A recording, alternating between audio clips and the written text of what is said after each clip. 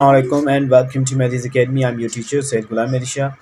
तो आज जो है हम मेहदीज़ एकेडमी की जानिब से Sindh university inter test preparation series में यानी कि ऑनलाइन क्लासेस की सीरीज़ में आज हम लास्ट पार्ट देखेंगे जिसमें आपको आई थिंक के 100 क्वेश्चंस जो हैं वो उसकी एक्सप्लेनेशन आपके साथ शेयर करूँगा। ठीक है, तो उससे पहले एक अनाउंसमेंट है जो कि आपके साथ शेयर करनी है।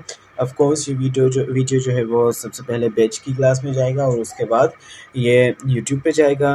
तो यूट्यूब के जो भी स्टूडेंट्स हैं मेरे वो हमारी बैच में अगर शामिल होना चाहते हैं बैच में वीडियो लेक्चर्स के ज़रिए PDF notes and one liner notes और एक बुक है first edition of Sindh university entry test preparation जो कि हमने प्रिपेयर किया है specially for the entry test. तो अगर वो बुक भी ऑर्डर करना है तो भी आप जो है कांटेक्ट कर सकते हैं और उसके अलावा जो है आप बैच में भी शामिल हो सकते हैं। तो बैच में शामिल होने के लिए ये स्क्रीन के ऊपर नंबर्स जो हैं वो दिए गए हैं। ठीक है, तो अगर आपने ज्वाइन करना है तो कांटेक्ट कर लें। तो सबसे पहले आज की जो पॉइंट नंबर 1 होगी यानी कि वीडियो को जैसे ही स्टार्ट कर रहे हैं तो पॉइंट नंबर 365 जो है sound travels in waves and requires a medium. Sound जो हमारा होता है, ठीक है, साउंड एनर्जी जो है हमारी ट्रेवल करती है एज अ वेव की शक्ल में ट्रेवल करती है और उससे एक मीडियम को, जैसे कि वेव को ट्रेवल करने के लिए मीडियम की ज़रूरत होती है, तो इसी तरह से sound travels in waves and require a medium like air water or solid to propagate, यानी कि उससे प्रोपोगेशन के लिए किस चीज़ की ज़रूरत होगी साउंड वेव्स को, तो उससे रिक्वायर्ड होगी एक मीडियम की। ठीक है, उसके बाद smallest unit of an element is known as atom. तो एलिमेंट्स जो हैं अब तक जो सो फार डिस्कवर हो चुके हैं हमारी इस वर्ल्ड में वो हैं 118 यानी कि 118 टोटल एलिमेंट्स जो हैं वो डिस्कवर हो चुके हैं। ठीक है, जिसमें से 92 जो हैं वो नेचुरली अकरिंग हैं, 92 जो हैं वो नेचुरली अकरिंग हैं। और एटम की अगर बात की जाए तो एटम यानी कि एटम जिसे हम डिवाइड ना कर सकें, एटम ये एटमॉस से निकला हुआ है, वर्ड एटमॉस से निकला हुआ है। पहले माना जाता था कि एटम को मज़ीद डिवाइड नहीं किया जा सकता, लेकिन अब जो है हम इससे 3 फंडामेंटल पार्टिकल्स और उससे भी मज़ीद पार्टिकल्स में ये डिवाइड अब हो चुका है। उसके बाद जो पॉइंट देखेंगे, force that opposes motion is called friction. अब वो फोर्स जो मोशन को अपोज करे, ठीक है, उससे फ्रिक्शन कहा जाता है। फॉर एग्जांपल ये अपोजिट डायरेक्शन में लाया करेगा। ठीक है, जैसा कि हमारी गाड़ियाँ या हम जो है चल रहे होते हैं तो फोर्स ऑफ फ्रिक्शन की वजह से ही हमारी हम चल पाते हैं। तो मीन्स के फ्रिक्शन का अगर फोर्स ना हो तो जो है वो हमारा काफ़ी सारे हमारे काम जो हैं वो रुक सकते हैं, जैसे कि रोड्स पे गाड़ियों का चलना और हमारा चलना भी। तभी हमारे शूज़ के नीचे ये कुछ स्ट्रक्चर्स बनाए जाते हैं ताकि फोर्स ऑफ फ्रिक्शन जो है वो ज़्यादा हो और हम आसानी से चल सकें। ठीक है, the process of changing a liquid into a gas is called. ठीक है, अगर कोई लिक्विड है उससे चेंज किया जाए गैस में तो हम उस प्रोसेस को एवापोरेशन करेंगे। ठीक है, किसी भी लिक्विड को, फॉर एग्जांपल अब वाटर को अगर ज़्यादा से ज़्यादा हीट देंगे, ठीक है, तो वो गैस में चेंज हो जाएगा और गैस की जो उसकी शक्ल होगी उससे एवापोरेशन यानी कि एवापोरेट होके वो गैस में चेंज हो जाएगा। ठीक है, उसके बाद जो पॉइंट है वो है the human heart has 4 chambers. अब ह्यूमन हार्ट में 4 चैम्बर्स हैं, 2 आर्टिया एंड 2 वेंट्रिकल्स। 2 आर्टिया होती हैं और 2 ventricles. The process by which plants release water vapour through their leaves is called transpiration. अब एक प्रोसेस होता है जिसके ज़रिए से प्लांट्स जो हैं वो वाटर मूव करते हैं अपने लीव्स के थ्रू। ठीक है, water vapour through their leaves is called transpiration. ठीक है, उसे हम ट्रांसपायरेशन कहेंगे।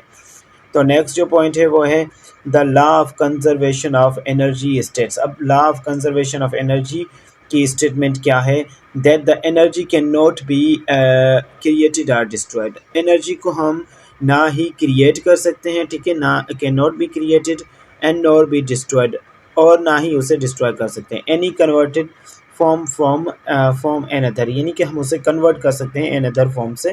दूसरी फॉर्म में। The nerve system is responsible for transmitting signals between different part of the body.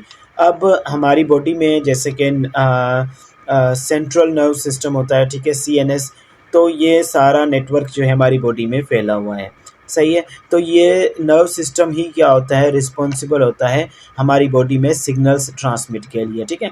For example हमें कहीं पे खुजाना भी होता है तो वो भी सिग्नल्स जो है माइंड के पास जाते हैं। तो इस तरह से ये एक नेटवर्क होता है नर्व्स का, जिससे क्या होता है हमें माइंड से यानी कि ब्रेन को पता चलता है, फिर ये थ्रू आउट द बॉडी जो हमारे सिग्नल्स होते हैं वो इसी तरह से प्रोपोगेट करते हैं। Process by which, and next point है 373, the process by which plant make their food using sunlight is called photosynthesis। अब वो प्रोसेस जिसमें प्लांट्स क्या कर रहे होते हैं, अपना खाना बना रहे होते हैं सूरज की रोशनी से, ठीक है, तो हम उसे फोटोसिंथेसिस कहेंगे, यहाँ पे अंडरलाइन है, ओके। उसके बाद 374 जो है, the process of converting food into energy is called cell respiration. एक प्रोसेस होता है जिसमें फूड जो है वो एनर्जी में कन्वर्ट किया जाता है, उसे सेल रेस्पिरेशन, और इसे आप सेलुलर रेस्पिरेशन भी कह सकते हैं। Newton's first law of motion क्या बयान करता है, that an object at rest will remain at rest, यानी कि एक ऑब्जेक्ट है जो कि रेस्ट में है वो रेस्ट में ही रहेगा, and in an object in motion will stay in the motion, और एक ऑब्जेक्ट जो है मोशन में है वो मोशन में ही रहेगा unless acted upon by external force, जब तक के उसी बॉडी पे या उस चीज़ पे, उस ऑब्जेक्ट पे कोई एक्सटर्नल फोर्स आके जो है वो एक्ट अपॉन ना करे, उस पर एक्ट ना करे, तब तक कोई बॉडी अगर रेस्ट में है तो रेस्ट में रहेगी, अगर कोई बॉडी मोशन में है तो वो मोशन में रहेगी, जब तक के एक्सटर्नल फोर्स जो है उस पर अप्लाई ना किया जाए। The Milky Way is the galaxy. अब हमारी गैलेक्सी का नाम जो है वो Milky Way, in which our solar system is located. अब हमारा सोलर सिस्टम जो है जिसमें 8 प्लैनेट्स हैं जिसके नाम आप जानते होंगे, नहीं तो आपके लिए एक सेपरेट वीडियो बनाया जाएगा, ठीक है, क्योंकि ये इंपॉर्टेंट इतने नहीं होते, चंद जो है इंपॉर्टेंट होते हैं जो कि टेस्ट में कभी कभार पूछे जाते हैं, ठीक है, वो हम मेंशन कर चुके हैं, ठीक है। The Milky Way is the galaxy in which our solar system is located. अब हमारा सोलर सिस्टम जो है वो मिल्की वे गैलेक्सी में लोकेट करता है। The Richter scale measures the intensity of the earthquake. अब अर्थक्वेक की इंटेंसिटी यानी कि ज़लज़ले की शिद्दत कितनी है वो रिचर स्केल से नापा जाता है। Human brain is composed about 100 billion neurons. अब न्यूरॉन्स जो हैं वो ब्रेन के सेल्स को कहा जाता है, और ह्यूमन ब्रेन जो है वो 100 बिलियन से भी ज़्यादा जो है वो न्यूरॉन से मिलके बना हुआ होता है। Process of changing a gas into liquid, ये हम पढ़ चुके कि गैस को लिक्विड में कैसे चेंज करेंगे, उस प्रोसेस को क्या कहा जाएगा, कंडेंसेशन कहा जाएगा, ठीक है। कंडेंसेशन याद रखिएगा, gas into liquid, okay. Third state, जैसे कि वाटर जो है वो एग्जिस्ट करता है 3 स्टेट्स में, तो हम गैसियस एक्सचेंज को लिक्विड में कन्वर्ट करेंगे through the condensation process. Human respiratory system. अब human respiratory system consist of organs such as lungs, trachea and diaphragm. अब रेस्पिरेटरी सिस्टम हमारा जो होता है वो डिपेंड कर रहा होता है हमारे ऑर्गन्स पे, जैसे कि नॉस्ट्रिल्स, नोसर कैविटी, ठीक है, और इसी तरह से मेन जो है वो लंग्स, ट्रेकिया एंड डायफ्राम है, ओके। उसके बाद process of converting a solid directly into gas. अब सॉलिड को डायरेक्टली गैस में कन्वर्ट करने के प्रोसेस को, ठीक है, यानी कि सॉलिड को डायरेक्टली हम गैस में उसे लिक्विड वाली स्टेट में ना लाएं और सॉलिड को डायरेक्टली लिक्विड से जंप करें, ठीक है, लिक्विड वाली फॉर्म में हमें नहीं जाना, सॉलिड से उसे गैसियस फॉर्म में चेंज करेंगे तो उसे सब्लिमेशन कहेंगे, और गैस से लिक्विड में आ जाएंगे तो उसे कंडेंसेशन कहेंगे, ठीक है। इसी तरह से the chemical symbol of water जो है, वाटर का केमिकल सिंबल जो है वो H2O है, ठीक है, यानी कि इसका फॉर्मूला भी जो आप इस तरह से कह सकते हैं कि वाटर का फॉर्मूला जो है वो H2O है। अगर हैवी वाटर की बात की जाए तो D2O उसे कहा जाता है। Circulatory system responsible for transporting blood, oxygen and nutrition through out the system. अब थ्रू आउट द बॉडी, यानी कि अब हमारा सर्कुलेटरी सिस्टम होता है जो उसका काम मोस्टली होता है ब्लड को ट्रांसपोर्टिंग, ब्लड को ट्रांसपोर्ट करना, उसमें ऑक्सीजन, न्यूट्रिएंट्स जो हम थ्रू द फूड ऑब्टेन करते हैं, और थ्रू आउट द बॉडी ये क्या होता है, ये सर्कुलेट करता है, तो उससे सर्कुलेटरी सिस्टम कहा जाता है।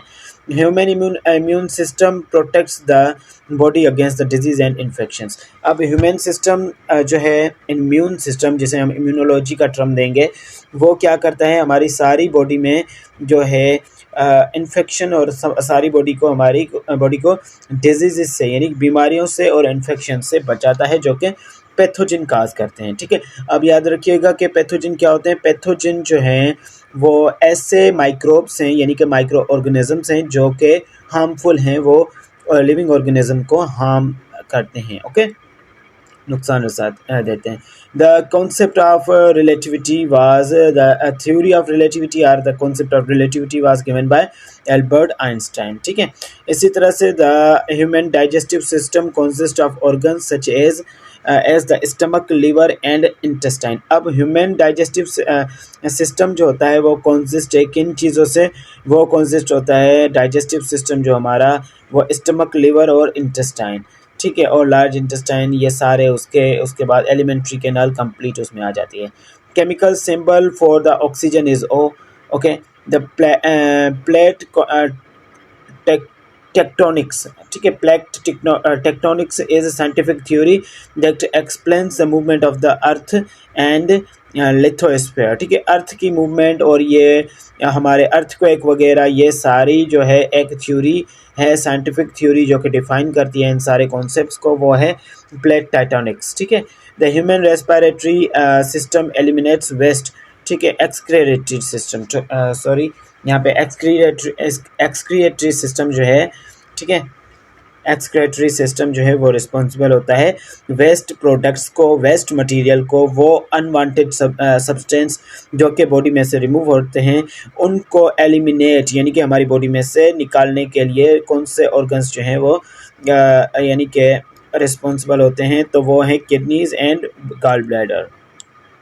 Study of fossils is called palaeontology. अगर वो फॉसिल जो है एनिमल का है तो पैलियोजोलॉजी कहा जाएगा। अगर वो जो हमारा फॉसिल है वो प्लांट का है तो उसे पैलियोबॉटनी कहा जाएगा। ओके, तो move over the next one जो कि है the chemical symbol for carbon is C. The human reproductive system. अब human reproductive system allows for the production of offspring. Offspring जो पैदा होती है वो रिप्रोडक्टिव सिस्टम की हेल्प से ही होती है, जो कि ह्यूमंस में और काफ़ी सारे लिविंग ऑर्गेनिजम्स में पाए जाते हैं। The scientific study of earth atmosphere is called meteorology. Earth के एटमॉस्फेरिक की साइंटिफिक स्टडी को हम मेट्रोलॉजी कहेंगे। Chemical symbol for the hydrogen is H. अब हाइड्रोजन जो है सिंबल, वो केमिकल सिंबल है किस चीज़ का, सॉरी एच जो है वो किस चीज़ का सिंबल है, ये एक एलिमेंट है, हाइड्रोजन का सिंबल है। उसके बाद the process of changing a solid into gas. Solid को ले जा रहे हैं किस चीज़ में, गैस में, विथआउट द लिक्विड, तो ये हम पढ़ चुके हैं सब्लिमेशन। Human endocrine system. अब एंडोक्राइन सिस्टम में क्या होता है, produce and release hormones that regulate body function.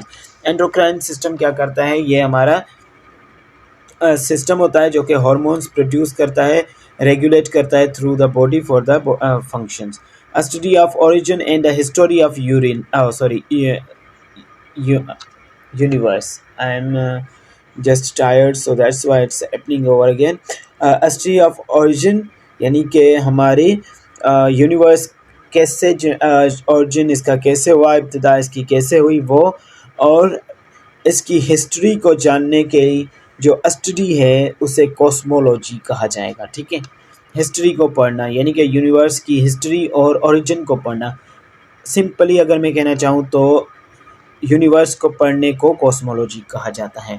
Chemical symbol for nitrogen. अब नाइट्रोजन भी एक एलिमेंट है जिसके केमिकल सिंबल को N से रिप्रेजेंट किया जाता है। Human skeleton system provides support. अब हमारा यानी कि ढांचे वाला जो सिस्टम, अब हम ऐसे कह सकते हैं कि हमारा जो स्केलेटन है वो हमें support, protection and allows the movement, और हमारी मूवमेंट के लिए भी ये रिस्पॉन्सिबल होता है। कौन सा सिस्टम, ह्यूमन स्केलेटल सिस्टम जो है वो सपोर्ट, प्रोटेक्शन एंड मूवमेंट के लिए रिस्पॉन्सिबल होता है। Study of earth's physical structure. ठीक है, अर्थ की physical structure, history and the processes that shape it, that shape it is called geology. Earth की स्टडी करना, उसके स्ट्रक्चर की, हिस्ट्री की और उसके शेप की और उन प्रोसेसेस की जो कि उनके शेप बनाएंगे। ठीक है, अर्थ का शेप कैसा होगा, क्या होगा, कैसे होगा, कहीं पे इसका स्ट्रक्चर क्या होगा, समुंदर में इसका स्ट्रक्चर कैसे होगा, वाटर का स्ट्रक्चर वगैरह, और उसके समुंदर के इर्द गिर्द यानी कि उसकी सराउंडिंग में स्ट्रक्चर अर्थ का कैसे होगा throughout the whole world. ठीक है, तो उससे क्या कहा जाएगा, जियोलॉजी कहा जाएगा। ठीक है, तो I think it's enough now, the rest of the points will be discussed in the next one, and which will be the last lecture of the GK series. Then after that, I think the last portion, the second last will be the English, and then the IQ, and then all the MCQs will be discussed. After the MCQs, the test series will start, and all the tests of the subjects, English, general science, GK, and all the subjects that are important regarding the preparation of Sindh University will be discussed. Okay, so see you in the next lecture. Till then, take care. Allah Hafiz.